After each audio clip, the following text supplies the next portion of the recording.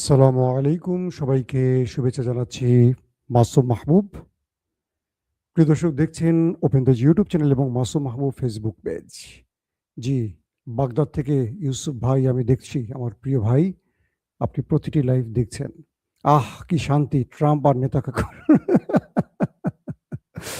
ও ভাই, আপনারা আমার মতো নেতা কাকু ডাকছেন। আমি দেখলাম আমাদের এক ছোট ভাই তুরস্কে আছেন, সাংবাদিক জাহিদ ভাই, তিনিও দেখি নেতা কাকু ডাকা শুরু করছেন। ভালো লাগছে। জাহিদ ভাই কিন্তু মেধাবী লোক, ঢাকা ভার্সিটি সাংবাদিক ডিপার্টমেন্ট, জার্নালিজম ডিপার্টমেন্টে পড়াশোনা করেছেন, খুব মেধাবী স্টুডেন্ট। তিনিও দেখি নেতা কাকু বলছেন। তার মানে নেতা কাকু ডাকার আমার এটার সাকসেস হয়েছে। নেতা কাকু ভাই, কাকুটা পজিটিভ অর্থে ডাকি না, এটা আমরা একটু বুঝছেন তো, কাদেরকে ফাঁকি দেবার জন্য এটা ডাকছি, আপনি তো বলছেন। কুষ্টিয়া থেকে অপেক্ষা আছে রবিউল করিম ভাই, গাজীপুর, কিশোরগঞ্জ, ইমাম হোসেন। আজকে কিন্তু আপনাদেরকে গুরুত্বপূর্ণ অনেকগুলো খবর দিব। আপনারা সংযুক্ত হয়ে যান লাইভের মধ্যে। ভোলা থেকে বলছেন মুকসেদ নাকি ভাই, চলে গেল কে? কোথায় সেই ভোলার মানুষ? কমেন্টের মধ্যে নামটা লিখে দিবেন। আপনাদের ইউটিউবের নামগুলো অনেক সময় সংযুক্ত হয়ে আসে, বোঝা কঠিন হয়ে যায়। আজকে আপনাদের জন্য বেশ কিছু গুরুত্বপূর্ণ খবর আছে। আমি শিরোনামটা আগে দিচ্ছি, তার আগে আপনার সাউন্ড ঠিক আছে কিনা আমাকে কমেন্ট করবেন। প্রথম কথা হলো, আমেরিকার মহামূল্যবান বেশ কয়েকটা বিমানকে ওপারে পাঠিয়ে দিয়েছে ইরান। ট্রাম্প ট্রাম্প সবচেয়ে বড় সারপ্রাইজ পেল সৌদি আরব থেকে, পাশাপাশি ইরানও সৌদি আরব থেকে বিগ সারপ্রাইজ পেতে যাচ্ছে। বাহরাইনে খেলা ঘুরে গেছে। বাহরাইনের জনগণ সরকারের বিরুদ্ধে বিক্ষোভে নেমে গেছে, যেটা আরবের মধ্যে কেউ কল্পনা করতে পারে না। আর ইরানের যে স্টিল মিলে বিশাল অ্যাটাক করেছে না আমেরিকা, ইসরায়েল, তার কঠিন কঠিন কঠিন প্রতিশোধ নিল ইরান। আজকে কিন্তু আপনাদেরকে শুধু শিরোনাম 3-4টা বলছি, আরো বিশাল বিশাল খবর আছে। হিজবুল্লাহ, হুতি তো খেলা দেখাচ্ছে একটার পর একটা, বুঝতে পারছেন? খেলার কিন্তু আজকে কতক্ষণ ধৈর্য ধরে শুনবেন, দেখেন, রেডি থাকেন সবাই। আসেন, আমি আপনাদের শিরোনাম আর বেশি দিব না, সময় নষ্ট হয়ে যাবে। প্রচুর খবর আছে আজকে হাতে, কয়েকটা দিলাম আর কি, আপনাদের লোভ লাগাইলাম যে আপনারা বসে থাকেন, দেখেন, বিস্তারিত দেখার জন্য ওয়েট করেন। দর্শক, যেখান থেকে যে দেখছেন সবার জন্য ভালোবাসা। সাউন্ড সব ঠিক আছে তো? কোনো সমস্যা নাই না? কলকাতা থেকে দেখছেন সুজা খান ভাই, সাউন্ড ঠিক আছে? দুবাইয়ের জামাল, মিসবাহ, সিলেট, ওকে। কি বলছেন জাহিদুল ভাই, তুর্কিপিডিয়ার? হ্যাঁ, আমি তার কথাই বলেছি। তো ভালো মানুষ, সাংবাদিকতার ছাত্র ছিলেন, মেধাবী ছাত্র তিনি। ইন্টারেস্টিং ব্যাপার শোনেন। মার্কিন যুক্তরাষ্ট্রের যেই টার্গেটে হিট করেছিল ইরান, কোথায় জানেন? সৌদি আরবের কিংস সুলতান বিমান ঘাঁটি। সেখানে আমেরিকার তেল রিফিলিং করে যেটা, সেই বিমান ছিল, আরো কয়েকটা বড় বড় বিমান ছিল। বলা হচ্ছে একটি বিমানের দাম $1 বিলিয়ন। 1 বিলিয়ন, বুঝে নিয়েন। বাংলাদেশের মতো দেশ 5-6 বিলিয়ন দিয়ে তাদের রিজার্ভ চলে যায়।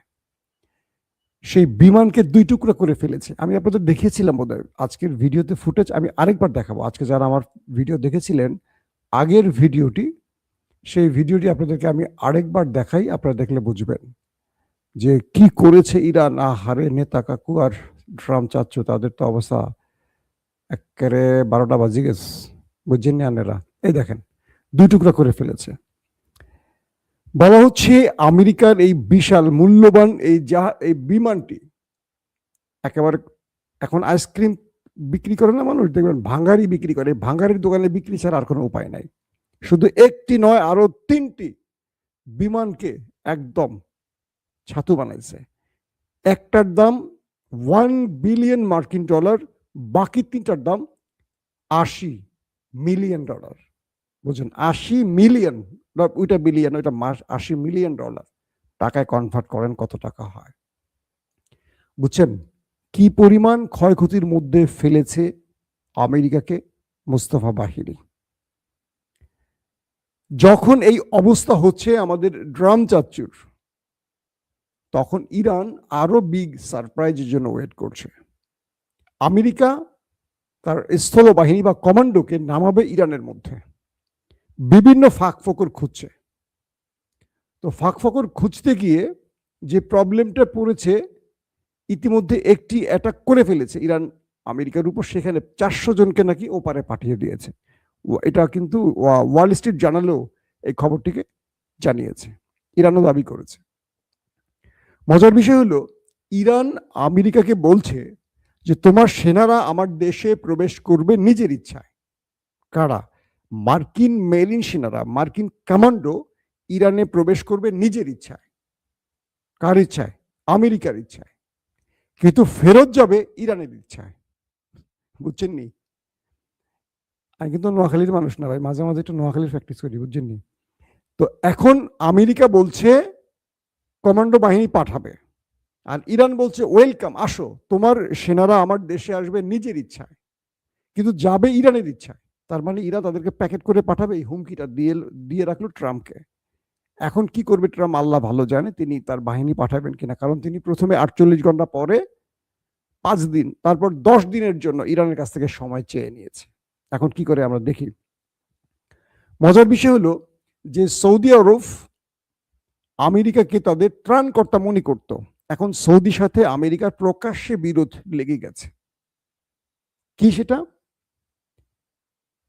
আমেরিকাতে সৌদি কর্তৃপক্ষের সামনে ডোনাল্ড ট্রাম্প যে ভাষায় সৌদিকে অপমান করেছে, সালমান সরকারকে অপমান করেছে। ট্রাম্প বলেছে মোহাম্মদ বিন সালমান আমার অমুক চাটে, একটা কুৎসিত ওয়ার্ড বলেছে, অমুক চাটে, এবং আরো তুচ্ছ তাচ্ছিল্য করে মোহাম্মদ বিন সালমান এবং তার পিতা, যিনি বর্তমান রাজা বা বাদশাহ, তাকে তুচ্ছ তাচ্ছিল্য করে ট্রাম্প যে বক্তব্য দিয়েছে, এটা ব্যাপক নাখোশ মোহাম্মদ বিন সালমান। আপনারা মোহাম্মদ বিন সালমানকে দুর্বল ভাবতে পারেন, আমি ভাবি না। সে কিন্তু মুসলিম বিশ্বের মোড়ল। আমেরিকা যেমন ওয়ার্ল্ড মোড়ল, সৌদির মোহাম্মদ বিন সালমান কিন্তু আগামী দিন পৃথিবীতে কিছু করবে, কিছু করে দেখাবে। খুব কৌশলী খেলোয়াড়। আচ্ছা, ভিডিওতে কি কোনো প্রবলেম হচ্ছে? আমার দেখতে পাচ্ছি যে আমার ভিডিওটা আটকে আটকে যাচ্ছে। এখন কি স্মুথ দেখা যাচ্ছে না? মাঝখানে কিন্তু ভিডিওটা হঠাৎ আটকে আটকে গেছে। এখন যে বিষয়টি তৈরি হয়েছে সেটা একটু আপনারা বোঝার চেষ্টা করেন। সেটা কি? আমেরিকা মোহাম্মদ বিন সালমানকে বা সৌদি আরবকে যুদ্ধে টানার জন্য বারবার চাপ দিচ্ছে। আমেরিকা চাচ্ছে যে কোনোভাবে সৌদি আরব আসবে এবং পুরো গালফকে, পুরো মধ্যপ্রাচ্যের আরব রাষ্ট্রগুলোকে, সঙ্গে পাকিস্তান সহ যদি পারে বাংলাদেশ, আরো মুসলিম দেশগুলোকে ইরানের বিরুদ্ধে যুদ্ধে টেনে আনবে কে? সৌদি আরব। সৌদি আরব ডাকলে এই দেশগুলো চলে আসবে। কেন আসবে? দুটো কারণে। এক, পবিত্র মক্কা মদিনা এই দেশটিতে অবস্থিত। আর 2 নম্বর, আমরা গরিব ফকিন্নির জাতি, আমরা চলি ওদের টাকায়। সহজ বাক্যে বললাম, আমরা চলি ওদের টাকায়। কারণ আমাদের রাজনীতিবিদরা যারা 54 বছরে বাংলাদেশের ক্ষমতায় বসছেন, আমাদেরকে আলু পটলের লোভ দেখিয়েছে, নির্বাচনের আগে ইশতেহার দিয়েছেন আর লোভ দেখিয়েছেন, আমরা তাদেরকে ভোট দিয়েছি। দিন শেষে তারা সব টাকা চুরি করে বিদেশে পাচার করেছে। কোন দল, একদম আওয়ামী লীগ আর বিএনপি জাতীয় পার্টিরা যারা ক্ষমতা ছিলেন, সবার উদ্দেশ্যে বলছি, একটি দলকে বলছি না। এরা যত লোভনীয় অফার করুক না কেন, এরা প্রত্যেকে আসে লুটপাট করতে। এরা সব লুটপাট করছে, আর আমরা গরিব থেকে গরিবই থাকছি, আর রাজনৈতিক দলগুলো বড়লোক হয়েছে। তো এই সুযোগে আরবে আমাদের শ্রমিকরা কাজ করতে যায়, আমাদের রেমিটেন্স যোদ্ধারা যায়, সেই টাকার উপর আমরা বেঁচে আছি। তাই আরব মনে করে আমি যখন যাকে ডাকবো সে আসবে, না নতুবা আমি সব শ্রমিক পাঠাই দেবো, ওদের অনুদান দেয়া বন্ধ করব।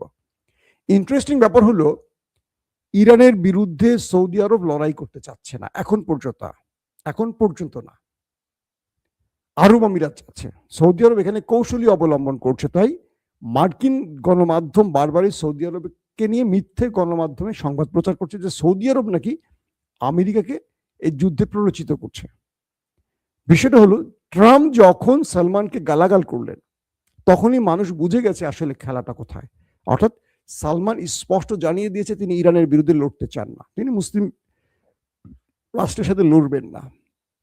তাই ট্রাম্প সালমানকে নিয়ে এইভাবে তুচ্ছ তাচ্ছিল্য করলেন। 2 নম্বর বিষয়, মোহাম্মদ বিন সালমান ট্রাম্পকে বললেন, তুমি তো তোমার নিজের বিমানকে বাঁচাতে পারো না, তুমি তোমার প্রতিরক্ষা ব্যবস্থা বাঁচাতে পারো না, তুমি তোমার বেজ সেনাবাহিনী বাঁচাতে পারো না, তোমার সেনাবাহিনী পালিয়ে এখন আমাদের হোটেলে ঢুকে গেছে, তোমার সেনাবাহিনী এখন আমাদের আরব জনগণের মধ্যে ঢুকে নিজেকে রক্ষার চেষ্টা করছে। তুমি আমাকে কি রক্ষা করবা? তুমি আমাকে ডাকছো যুদ্ধের জন্য, তুমি তো আমাকে রক্ষা এখানে বসো নাই, তুমি তো বাঁচাচ্ছ নেতাকে, নেতা কাকু বা তার দেশকে বাঁচাবার কাজ করছো। অর্থাৎ সৌদি আরব ইরানের সাথে এই লড়াই করবে না, একটা সারপ্রাইজ ইরানকে দিয়েছে আর আমেরিকাকে সারপ্রাইজ দিয়েছে যে এই লড়াইতে সৌদি জড়াতে চায় না। এখন পর্যন্ত সিদ্ধান্ত এখানে, পরবর্তী কি হবে জানি না। সৌদি আরবের সাথে তুরস্ক বা আরো মুসলিম কান্ট্রির মধ্যে এই কথাগুলো হয়েছে। তো ইরান সৌদি আরবের এই মেসেজগুলো পেয়ে গেছে যে সৌদি আরব এই যুদ্ধে জড়াতে চায় না, তাই সৌদির চেয়ে বেশি অ্যাটাকটা হচ্ছে আরব আমিরাতে। কারণ এটা হলো আরেক বিশ্বাসঘাতক মুসলিম বিশ্বের, এটা কিন্তু পুরো নেতা কাকুর ফটোকপি মোহাম্মদ বিন জায়েদ। তো এখন যে অবস্থাটি তৈরি হয়েছে যে সৌদি আরব এক ঢিলে দুটো পাখি মেরেছে, আমেরিকাকে বুঝিয়ে দিয়েছে তুমি তোমাকে আগে রক্ষা করো, আমাকে রক্ষা করতে হবে না, আগে তুমি নিজেকে রক্ষা করো। তুমি তো নিজেই পালাচ্ছ আমার দেশ ছেড়ে, পালিয়ে বেড়াচ্ছ। তুমি আমাকে হুমকি দিচ্ছ, তুমি আমাকে এটা করবা সেটা করবা, তোমাকে এত টাকা পেট্রোল অয়েল দিয়ে আমি রাখছি, তুমি কি করছো? তুমি তো আমাকে রক্ষা করতে পারো না, তুমি তো নিজেই রক্ষা করতে পারো না নিজেকে। এই অবস্থা দাঁড়ায় গেছে এখন আমেরিকা সৌদি আরবের সম্পর্ক। গতকালকে ইরানের স্টিল মিলে ব্যাপক অ্যাটাক করেছে ইসরায়েল এবং আমেরিকা। এরপর ইরান বলেছিল তুমি আমার যেখানে আক্রমণ করো আমি তোমার সেখানেই আক্রমণ করব। খুব মজার বিষয়, আজকে গালফ কান্ট্রির কয়েকটি দেশে আমেরিকা এবং ইসরায়েলের মালিকানাধীন কয়েকটি স্টিল মিলে কারখানায় অ্যাটাক করেছে। শুধু সেখানেই নয়, ইসরায়েলের বেশিরভাগ সবচেয়ে বড় স্টিল মিল, স্টিল কারখানাটিতে ইরান মিসাইল দিয়ে একদম ধোলাইখাল বানিয়ে ফেলেছে, জয় বাংলা করে দিয়েছে। এই জয় বাংলা শব্দটা আমাদের পিনাকি দাদা বলে না? তো বিষয়টা হলো যে ইরানকে যেখানে মারা হয়, ইরান একদিন পরে হোক আর 24 ঘন্টার মধ্যে হোক আর 30 মিনিট পরে হোক, ওই জায়গাটাই মারে। প্রথমে গালফ কান্ট্রিতে মেরেছে, তারপর দখলদারদের বেশিরভাগ তাদের সবচেয়ে বড় স্টিল মিল। আমি যে ভিডিও দেখলাম যে আগুন জ্বলছে দাউ দাউ করে, ওরে মিসাইলের হিট রে বাবা রে বাবা। এই মিসাইল কই পাইলো ওরা? পৃথিবীতে এরকম মিসাইল আমি আমার সাংবাদিকতার জীবনে আমি যত দেখলাম, ইরাক কি বলে রাশিয়া ইউক্রেনের যুদ্ধ দেখছি, এত বড় আকারে তাণ্ডব চালায় এরকম মিসাইল আমি দেখি নাই ভাই। ইরান এখন সেই লেভেলের মিসাইল গুলো মারছে, দিছে ইসরায়েলের 20 সেবাকে। আমেরিকা ইরানের শিক্ষা প্রতিষ্ঠানে, ইউনিভার্সিটি, স্কুলে আবারও হিট করেছে। ওই দুটো দেশ, নেতা কাকু আর ট্রাম্প চাচ্চু। ইরান আজকে ঘোষণা দিয়েছে যে তোমরা আমাদের বিদ্যাপীঠে, শিক্ষা প্রতিষ্ঠানে হিট করেছো। তো গালফ কান্ট্রিতে মানে আরব রাষ্ট্রের মধ্যে যেখানে ইসরায়েল এবং আমেরিকার মালিকানাধীন শিক্ষা প্রতিষ্ঠান আছে তাদেরকে রেড নোটিশ পাঠিয়েছে ইরান। পাশাপাশি ইসরায়েলেও রেড নোটিশ পাঠিয়েছে, একদম বলে দিয়েছে কোন কোন বিশ্ববিদ্যালয় মারবে। বলছে যে আমরা এই এই বিশ্ববিদ্যালয় মারতে যাচ্ছি। দেখেন আজকে রাতের মধ্যে এই বিশ্ববিদ্যালয়গুলো ছাতু বানিয়ে দেবে ইরান। ইরান ঘোষণা দিয়ে ফেলছে। এই যুদ্ধের সবচেয়ে ইন্টারেস্টিং পয়েন্ট কি জানেন? ইরান প্রথমে টার্গেট করে না, ইরান আক্রান্ত হয় সেম জায়গায় আবার আক্রমণ করে। কিন্তু মজার বিষয়, ইরান ঘোষণা দিয়ে দিচ্ছে যে আমি কালকে বা কিছুক্ষণ পর ওখানে আক্রমণ করব, সকল জনগণ সিভিলিয়ানরা আপনারা সরে যান। সব সরে যাচ্ছে, তারপর আক্রমণ করছে। কিন্তু মজার বিষয়, সকল প্রতিরক্ষা ব্যবস্থা দিয়ে আমেরিকা এবং ইসরায়েল সেটা রক্ষা করতে পারছে না। যখন ইরানের স্টিল মিলে অ্যাটাক করেছিল ইসরায়েল আমেরিকা, তখন ইসরায়েল এবং আমেরিকা ইসরায়েলের যে স্টিল মিলগুলো আছে সর্বোচ্চ পাহারায় বসিয়েছিল প্রতিরক্ষা ব্যবস্থা দিয়ে, Patriot, THAAD, Iron Dome, David Sling, Arrow সব বসাইছে। ইরান সব ঘোষণা দিয়ে প্রকাশ্যে এসে মিসাইল মেরে সেটাকে লন্ড ভন্ড করে জয় বাংলা করে দিয়েছে।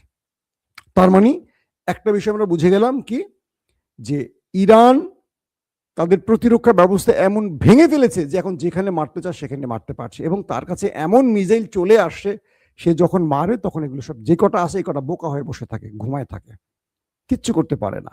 খেলা কোন লেভেলে চলে গেছে বোঝার চেষ্টা করেন দর্শক।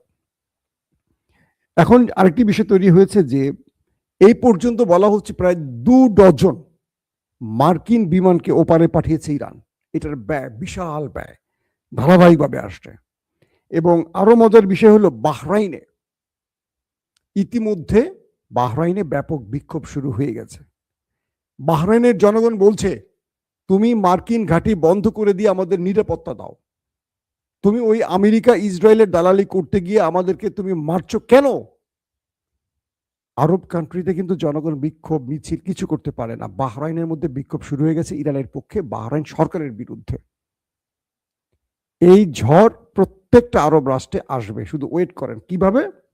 যখন ডোনাল্ড ট্রাম্পের বিরুদ্ধে আমেরিকাতে 1 কোটি মানুষ নেমে গেছে 3,000 শহরের বেশি অঞ্চলে, পুরো ইউরোপের বেশ কয়েকটি শহরে, ফ্রান্স, জার্মান, ইতালি, কি বলে, স্পেন সহ আরো বহু দেশে ট্রাম্প বিরোধী বিক্ষোভ শুরু হয়ে গেছে এবং পুরো আমেরিকার মধ্যে প্রায় 1 কোটি মানুষ নেমে গেছে।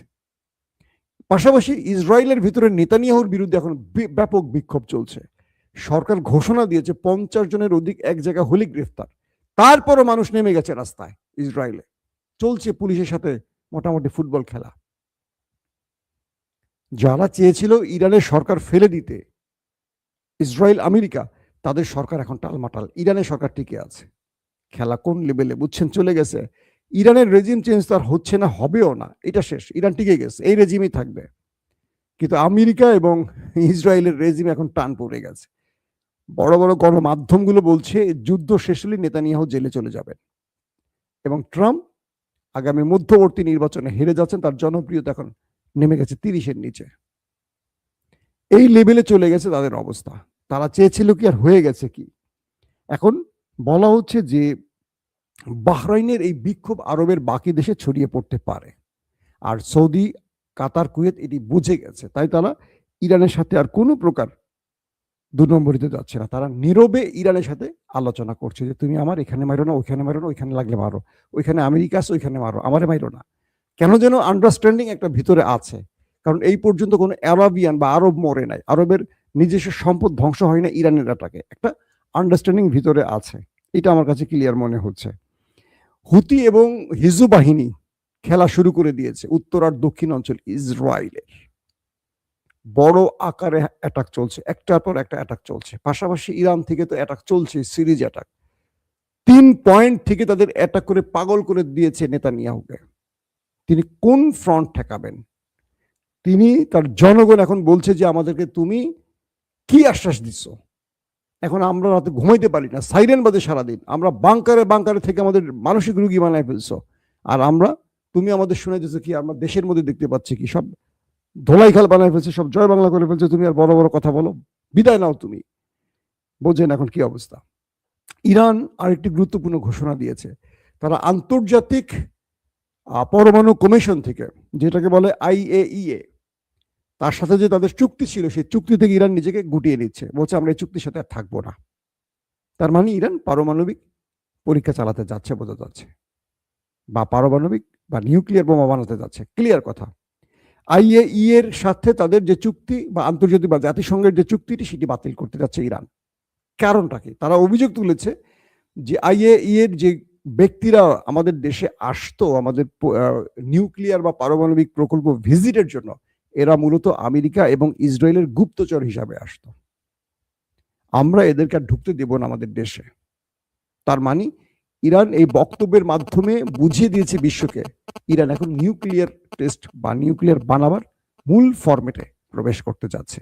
এটা কিন্তু একটা বিগ নিউজ আজকের জন্য, বুঝতে পারছেন নি দর্শক?